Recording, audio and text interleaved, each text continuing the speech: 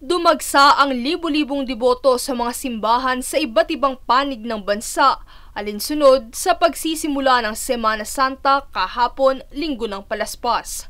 Kaugnay nito ay dagsa rin ang mga nagtitinda ng palaspas sa labas ng simbahan, gayon din na ang mga nakibahagi sa prosesyon. Hindi mahulugang karayom ang ilang mga simbahan sa Metro Manila para sa mga debotong nagpabasbas ng kanilang mga palaspas.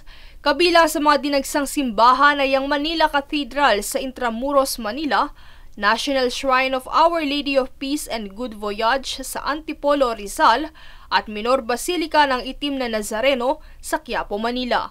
Ang kaganapan ay dinaluhan ng ilang mga bata na gumanap bilang mga anghel upang umawit ng hosana sa pagsalubong sa imahen ni Jesus.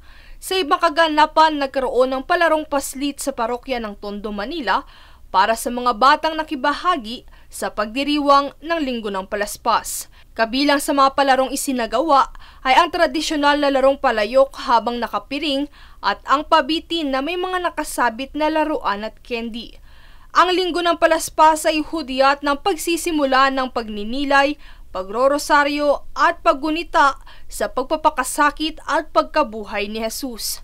Ang paggunita ay tatakbo sa loob ng 1 linggo at magtatapos sa katapusan ng Marso, Linggo ng Pagkabuhay. Princess Castro, nag-uulat para sa One Media Network.